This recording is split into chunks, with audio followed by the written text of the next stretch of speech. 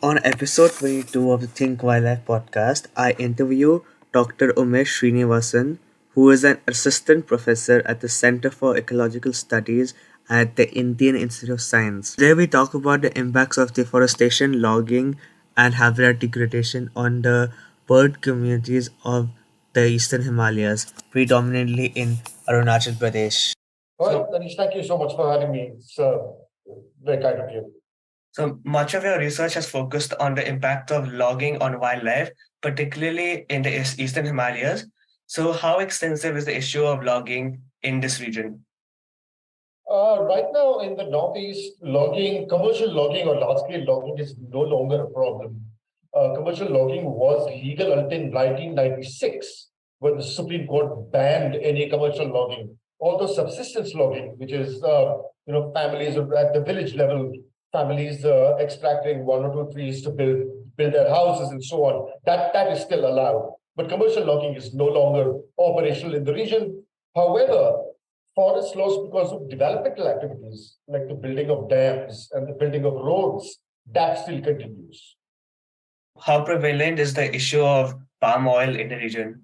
Oil is beginning to take off in the region, in Arunachal Pradesh at least. Palm oil has had a much longer history in Mizoram in Northeast India. And it looks like palm oil plantations and the experience that the Mizos have had with oil palm plantations has not been a very happy one. Now, in Arunachal Pradesh, palm oil expansion is in its infancy. Right now, there are three districts in which palm oil is being actively grown. But in the absence of things like transportation, which is very, very important because when you harvest bunch, it needs to be milled within 48 hours. Otherwise, the oil goes bad, and the oil is no longer useful for any products.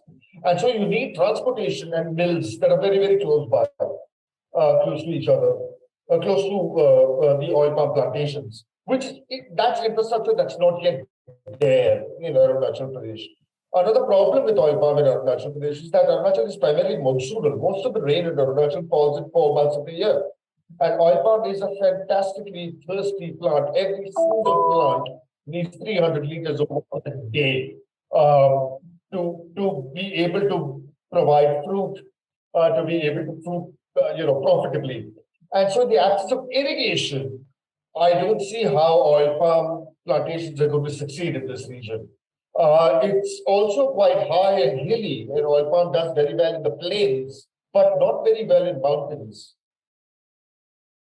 Oil palm is a monoculture, and it lacks the sort of heterogeneity that you see in forests or shifting cultivation landscapes. A forest is very, very structurally heterogeneous.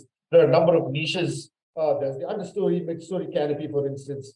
And there's a lot of structure in the rainforest that allows species to occupy different parts of the forest and occupy different niches. Oil palm lacks that diversity of structure. It's just one plant grown, it's just hectares of land with just one plant. So it's very, very homogeneous when it comes to physical structure. Plus, oil palm also is very, very reliant on pesticides. And so even that the lower trophic levels like arthropods, which are so important for higher trophic levels like birds, are something that will probably be wiped out completely in an oil palm plantation because of the heavy use of pesticides. So that's one reason those are the reasons I think oil palm not very good for biodiversity at all, not very good for carbon storage either. But unlike other plantations of oil crops, like say soybean or sunflower, oil palm might offer a better kind of habitat for the movement of animals through it. Animals will not be able to survive in oil palm. They won't be able to reproduce in oil palm. They won't be able to get their requirements in oil palm, but they might be able to move through oil palm plantations as opposed to oil crops that are shorter stature. And at this point, I just want to make this comparison where for a long, long time, scientists have been comparing primary forests with shifting cultivation landscapes and then saying shifting cultivation landscapes support a lower proportion of forest-dependent species, and therefore primary forest is better than shifting cultivation. A lot of policymakers have taken that finding and said shifting cultivation is useless and therefore it's a wasteland, and therefore we can convert it to oil palm, and we're not losing any biodiversity, which is completely false because just the heterogeneity in the shifting cultivation landscape. There's active crop, there are fallows that are 3 years old, 5 years old, 20 years old, 100 years old. There's old growth forests. All of those different habitats are configured in that landscape in different ways. And those different habitats at different stages of regeneration support different species. And the shifting cultivation landscape at the same time also provides, medicinal plants, timber, cane, food plants, the whole diversity of services to people, which oil palm plantations will never be able to provide. And oil palm plantations basically convert what is a very, very diverse landscape of shifting cultivation to a monoculture, cash crop oriented, more labor oriented form of production. What are some solutions to minimize the impact of palm oil plantations on wildlife? The most important thing is putting oil palm plantations after a great deal of thought in locations that are suitable for oil palm and are locations where biodiversity losses are going to be minimized. Now, oil palm, the plant itself, is a fantastic plant. Per hectare, oil palm produces 6 to 10 times the oil palm plant produces 6 to 10 times the amount of vegetable oil than its closest competitor, right? So in terms of opportunities for sparing land for wildlife, oil palm is a fantastic opportunity. It's a win-win. You plant much less to get the same amount of oil, and you're therefore locking up less land under agriculture than you would for things like soybean or sunflower or rapeseed. The important thing is to plant oil palm where it does minimum harm to biodiversity. Now, in India, we still have about 38 million hectares that are suitable for oil palm. And by the way, most of the Northeast is not suitable for oil palm, just climatically. But we have 38 million hectares that are suitable for oil palm that are not in high conservation value areas. So they're not in national parks, not in wildlife sanctuary. They're not in natural habitats like grasslands and forests. These areas are not in shifting cultivation landscapes. These are the areas that have infrastructure, they have irrigation, you can set up mills easily.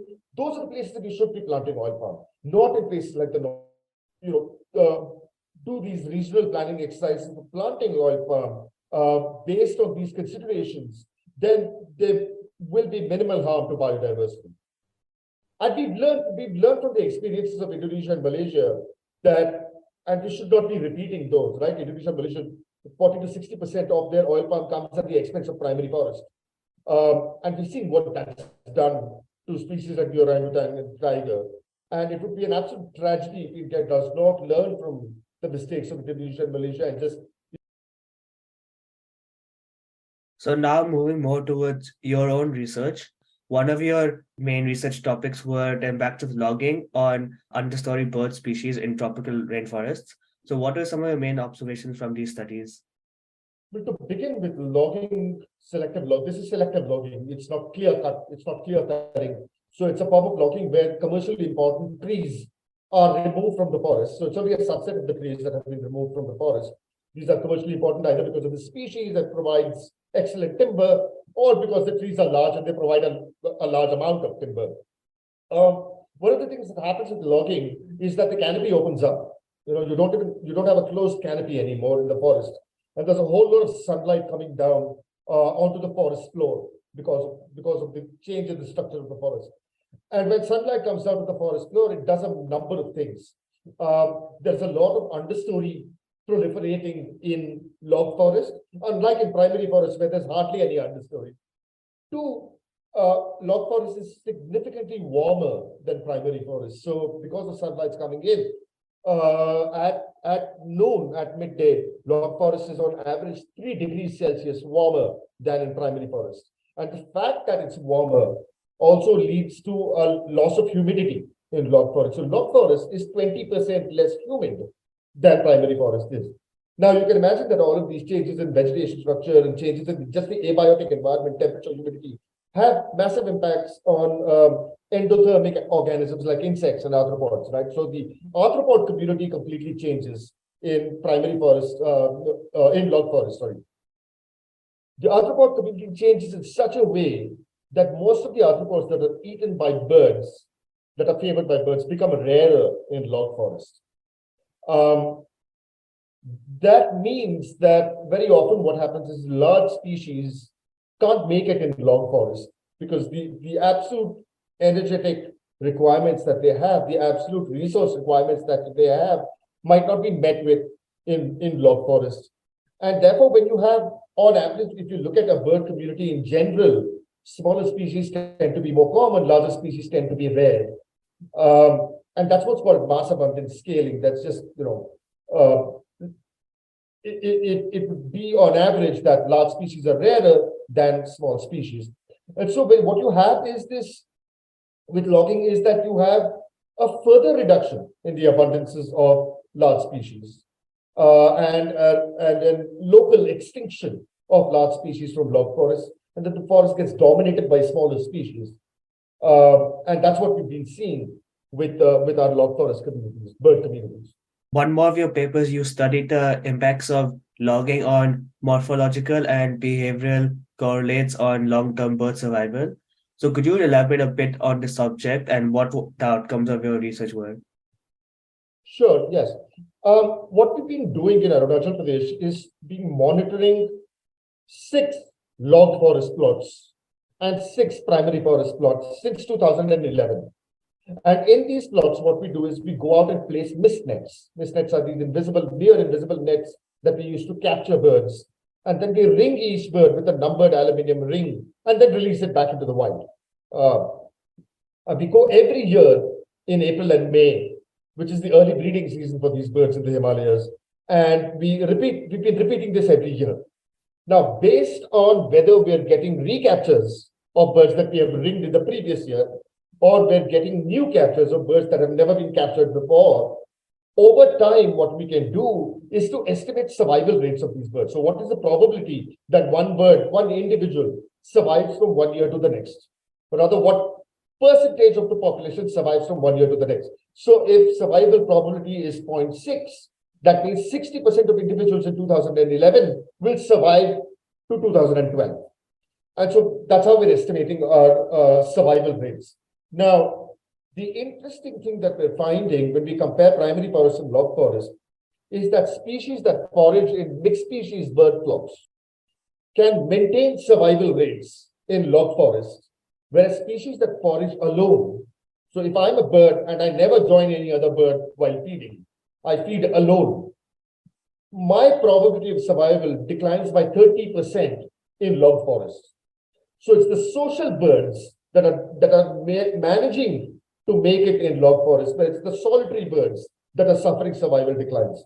And we think the reason for that is with logging changing insect availability, for example, and it might also be changing predation pressure. It might be changing, the density of predators that eat these birds. So it's changing what the birds eat. It's also changing what eats these birds.